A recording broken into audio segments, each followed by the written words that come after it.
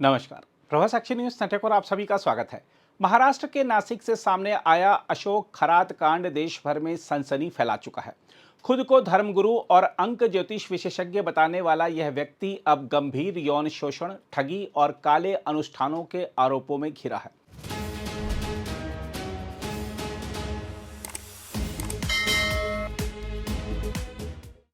18 मार्च को हुई उसकी गिरफ्तारी के बाद जैसे जैसे जांच आगे बढ़ रही है, वैसे वैसे इस पूरे नेटवर्क की परतें खुलती जा रही हैं। हम आपको बता दें कि अशोक खरात मर्चेंट नेवी में काम कर चुका है और उसे लोग कैप्टन के नाम से भी जानते थे। सेवानिवृत्ति के बाद उसने खुद को अंक गणना और तंत्र मंत्र का जानकार बताकर एक नई पहचान बनाई। नासिक के मिरगांव में उसने शिवनिका संस्थान और ईशानेश्वर महादेव मंदिर की स्थापना की। धीरे धीरे उसने अपनी छवि एक ऐसे व्यक्ति की बना ली जो लोगों की शादी, संतान, व्यापार और पारिवारिक समस्याएं हल कर सकता है। गांव वालों के अनुसार पिछले 15 से 16 साल में उसने 50 एकड़ से ज्यादा जमीन खरीदी और एक भव्य फार्म हाउस बनाया जिसकी कीमत लगभग 18 करोड़ रुपए बताई जाती है। उसके दरबार में बड़े अधिकारी, राजनेता और उद्योगपति तक पहुंचते थे। अपॉइंटमेंट के लिए हजारों रुपए देने पड़ते थे और महीनों तक इंतजार करना पड़ता था।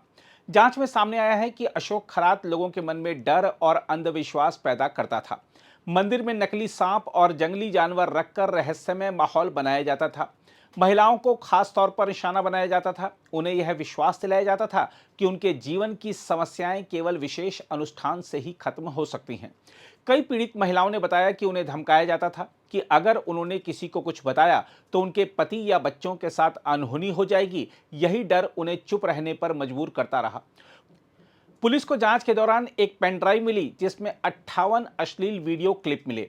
विशेष जांच टीम को अब तक 100 से ज्यादा संदिग्ध वीडियो के संकेत मिले हैं। आरोप है कि अशोक खरात अपने ऑफिस में लगे कैमरों के जरिए महिलाओं के वीडियो रिकॉर्ड करता था और बाद में उन्हें ब्लैकमेल करता था। एक महिला ने आरोप लगाया कि शादी और वैवाहिक जीवन सुधारने के नाम पर उसे कई बार बुलाया गया और बार बार उसके साथ दुराचार किया गया। दूसरी ओर एक कर्मचारी ने शिकायत की कि उसकी गर्भवती पत्नी के साथ स्वस्थ बच्चे के नाम पर अनुष्ठान करते समय अश्लील हरकत की गई, जिसके बाद वह महीनों तक अवसाद में रही। हम आपको बता दें कि इस पूरे मामले का खुलासा एक कर्मचारी द्वारा किए गए स्टिंग ऑपरेशन से हुआ। अपनी पत्नी के साथ हुई घटना से आहत होकर उसने ऑफिस में छुपा कैमरा लगाया, जिससे अशोक खरात की करतूतें सामने आई। 21 मार्च को दर्ज प्राथमिकी के बाद पुलिस ने विभिन्न धाराओं के तहत मामला दर्ज किया, जिसमें यौन शोषण, धोखाधड़ी और काले जादू विरोधी कानून शामिल हैं। हम आपको बता दें कि अब तक अशोक खरात के खिलाफ 10 से अधिक मामले दर्ज हो चुके हैं, जिनमें से अधिकांश यौन शोषण से जुड़े हैं। पिछले कुछ दिनों में विशेष जांच टीम को 50 से ज्यादा फोन कॉल मिली हैं, जिनमें लोगों ने उसके खिलाफ शिकायतें दर्ज कराई हैं। एक महिला ने बताया कि उसे तांबे के बर्तन से पानी पिलाया गया, जिसके बाद वह असहज महसूस करने लगी और उसी दौरान उसके साथ दुष्कर्म किया गया। एक व्यापारी ने आरोप लगाया कि उसे व्यापार में लाभ दिलाने के नाम पर 2,62,000 रुपए की ठगी की गई। बाद में पता चला कि जो पत्थर उसे दिए गए थे उनकी कीमत मात्र 5,000 रुपए थी।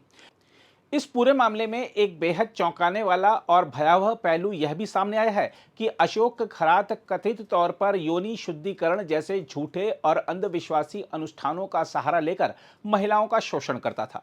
शिकायतों के अनुसार वह महिलाओं को यह विश्वास दिलाता था कि उनके वैवाहिक जीवन, संतान सुख या पारिवारिक समस्याओं का समाधान इस विशेष शुद्धिकरण प्रक्रिया से ही संभव है।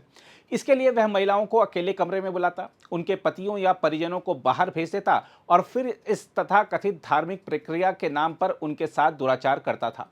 कई पीड़िताओं ने बताया कि इस दौरान उन्हें मानसिक रूप से भ्रमित किया जाता, डराया जाता और यह कहा जाता कि यदि उन्होंने किसी को इस बारे में बताया तो उनके परिवार पर अनहोनी हो जाएगी। इस तरह अंधविश्वास और भय का जाल बुनकर वह लंबे समय तक अपने अपराधों को छुपाता रहा।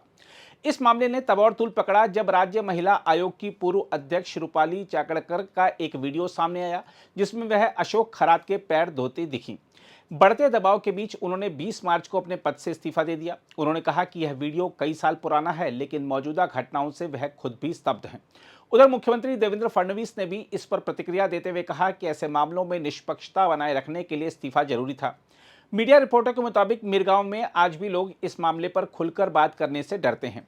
कई लोगों ने कहा कि अगर अशोक खरात जेल से बाहर आया तो वह उन्हें नुकसान पहुंचा सकता है। गांव के लोगों का आरोप है कि उसने नदी के किनारे अवैध निर्माण किया और स्थानीय लोगों की जमीन पर कब्जा किया। कुछ परिवारों को अपना गांव तक छोड़ना पड़ा। हम आपको यह बता दें कि जांच के दौरान पुलिस को एक रिवॉल्वर, 21 जिंदा कारतूस और 5 इस्तेमाल किए गए कारतूस भी मिले हैं। आशंका जताई जा रही है कि इनका उपयोग मानव बलि जैसे कृत्यों में हुआ हो सकता है। बताया जा रहा है कि अशोक खरात की कुल संपत्ति 40 करोड़ रुपए से अधिक है। देखा जाए तो इस मामले ने महाराष्ट्र में अंधविश्वास विरोधी कानून के कमजोर क्रियान्वयन पर भी सवाल खड़े किए हैं। सामाजिक कार्यकर्ताओं का कहना है कि कानून तो है, लेकिन उसका पालन प्रभावी ढंग से नहीं हो रहा। इस बीच नासिक की अदालत ने अशोक खरात की पुलिस हिरासत 1 अप्रैल तक बढ़ा दी है। जांच अभी जारी है और संभावना है कि पीड़ितों की संख्या और बढ़ सकती है।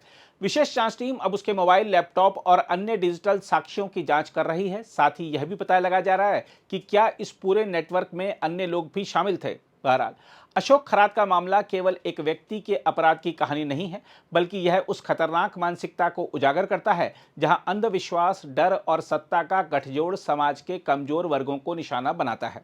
यह घटना एक चेतावनी है कि आंख मूंद कर किसी भी तथाकथित धर्म गुरु पर भरोसा करना कितना खतरनाक हो सकता है।